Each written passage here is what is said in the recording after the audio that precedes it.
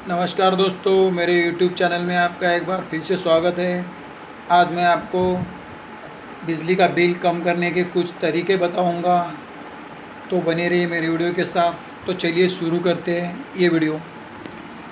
ऐसा अगर लाइट आपके पास घर में है, ऐसा पूरा पहले ऐसे लाइट आते थे पुराने ज़माने में, तो ये 100 वाट का लाइट है।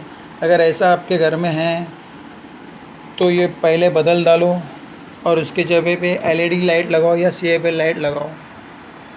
तो इससे क्या होता है, अगर ये 100 वाट का लाइट जो है, अगर ये 10 घंटे चला तो 1 यूनिट अपनी आसानी से डाल देता है। तो आप अपने हिसाब से इसी हिसाब से लगा सकते हो कि अपने घर में कौन सा उपकरण ज़्यादा चलता है, कैसा चलता है। तो मैं आगे बताऊंगा आपको। तो देखिए, इस बोर्ड पे खाली में तुम्हें स्विच ही दिखाई दे रहे होंगे, तो इस पे मैंने कौन सा ही इंडिकेटर नहीं लगाया है।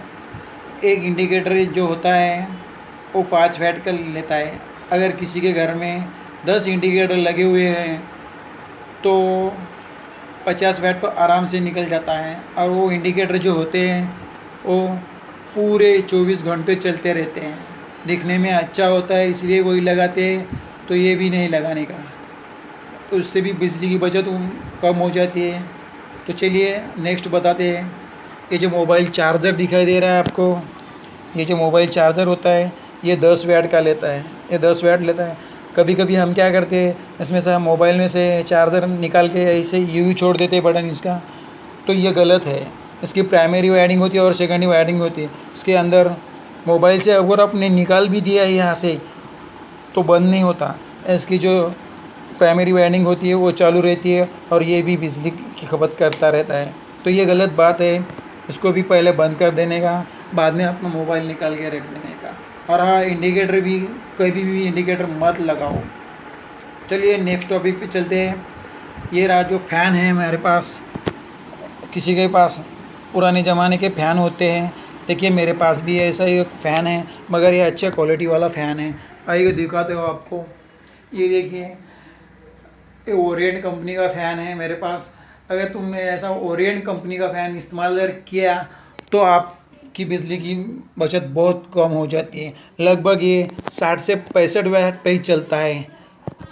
तो ऐसे ही अगर इसमें से कोई भी दिल्ली मॉडल का या कोई भी पुराना पंखा हो तो उसको बदल डालो, इसमें भी आपकी बिजली की बहुत खपत कम हो जाती है। और एक बात बताऊँ, इसमें जो पंखे अभी नए आ रहे हैं, बीएलडीसी में पंखे आ रहे हैं, वो भी जो बीएलडीसी में पंखे आते हैं ना, ये वाले, तो 30 वाट भी चलते हैं। इस फैन में, एक फ़ैन में 3 पंखे आपके घर से आराम से चलते हैं। तो चलिए और नेक्स्ट बताता हूँ। सबके घर में तो एलईडी टीवी होती है। अगर आपके पास कोई पुराना टीवी है जो पहले ज़माने का होता था, वो 250 वाट लेता है। मेरे पास 21 इंच का एलसीडी टीवी है, एलईडी टीवी है, तो ये कम से कम 15 से या 20 ही वाट लेता है। ये इससे 10 टीवी चल सकती है आराम से उस टीवी के अंदर। तो उसमें भी बिजली की बहुत आपकी खपत कम हो जाती है। तो चलिए और नेक्स्ट बताते हैं। हर एक के घर में तो इन्वर्टर होता ही है। देखिए मेरे पास भी इन्वर्टर है, मगर मेरे पास सोलर इन्वर्टर है। तो मैं सोलर पे का ज़्यादा इस्तेमाल करता हूँ और सभी लाइट पे और सभी सोलर पे चलाता हूँ। तो देखिए मेरा ये जो बटन है ये कभी भी ऑफ रहता है। इससे भी मेरी 50% बिजली कम हो जाती है। कोई क्या करते हैं, किसी के घर में अगर इन्वर्टर होता है तो ये बटन अपना ऑन कर देते हैं और ये जलता ही रहता है। देखिए कुछ इस तरह से जलता ही रहता है। तो इससे भी बहुत बिजली आपकी खपत होती है। ये एक इन्वर्टर कितना वाट लेता है मालूम है आपको?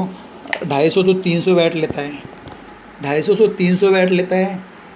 तो आप अंदाज़ा लगा सकते हैं 100 वाट का लाइट जो होता है, ये जो होता है 100 वाट का लाइट, अगर ये 10 घंटे चला तो 1 यूनिट होता है। तो 250 या 300 वाट का अगर इन्वर्टर आपका चला जाए, चलता ही रहेगा 24 घंटे, तो कितना यूनिट होता है वो आप अपने हिसाब से इसका हिसाब किताब लगा लो। चलिए नेक्स्ट टॉपिक पे चलते हैं। हर एक के घर में तो फ्रीज़ होता ही है। मेरे पास भी एलजी का फ्रीज़ है, 180 लीटर का। ये मेरे पास भी फ्रीज़ है। तो कभी भी अगर आप चल रहे हैं घर पे आए और उसका दरवाज़ा खोलना है, तो पहले बात एक बात ध्यान रखो कि अगर आपके रूम का या किचन का रूम का कोई पंखा ऑन है तो उसे पहले बंद कर दो, कुछ इस तरह से, क्योंकि इसके अंदर की जो ठंडी हवा होती है वो बाहर निकलती है। इसको बंद होने के बाद ही अब इस फ्रिज का इस्तेमाल किया करो, क्योंकि इसके अंदर की जो ठंडी हवा होती है वो बाहर निकल जाती है, और बाहर निकलने के बाद जो इसके अंदर गर्म हवा चली जाती है रूम के अंदर की, और भी ये कंप्रेसर ज़्यादा करना पड़ता है उसको, और ठंडा करने के लिए और बिजली की खपत होती है। ये 200-250 वाट लेता है। अगर इसमें से थोड़ी भी हवा निकल गई ठंडी तो बहुत प्रॉब्लम होता है, और उसको ज़्यादा और वर्किंग करना पड़ता है। ये भी और एक स्टेप हो चुका है। तो कभी भी इस्तेमाल करना है तो जल्दी से जल्द पहले अपना फैन जो है वो बंद करने का, बाद में इसको इस्तेमाल करने का, और हो सके तो जितना जल्दी हो सके उतना जल्दी से इसमें से सामान निकालने का, और उसका दरवाज़ा ज़्यादा देर तक खुला नहीं छोड़ने का, तो बंद कर देने का। तो चलिए और एक नेक्स्ट टॉपिक पे चलते हैं। हर एक के घर में हीटर कॉयल होता है जो बिजली पे चलने वाला है, वो तो 3000 वाट का चलता है, और 3000 बोले तो 20 मिनट में एक एक यूनिट डाल देता है। मेरे पास तो फ़िलहाल गैस गीज़र है, इसका इस्तेमाल किया करो।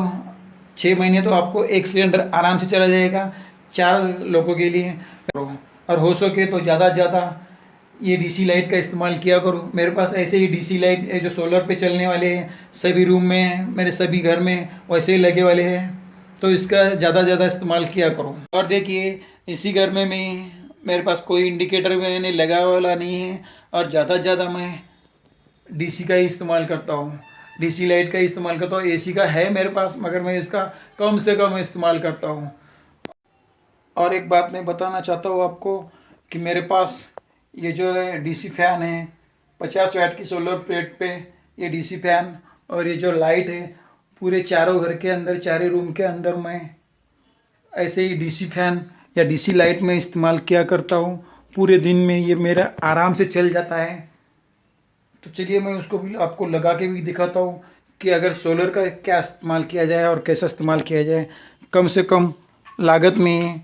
मैंने जो बना दिया है, देखिए अभी डीसी फ़ैन है ये, इसकी हवा भी आपको मैं बता देता हूँ। देखिए पहले इसका स्पीड बढ़ाते हैं।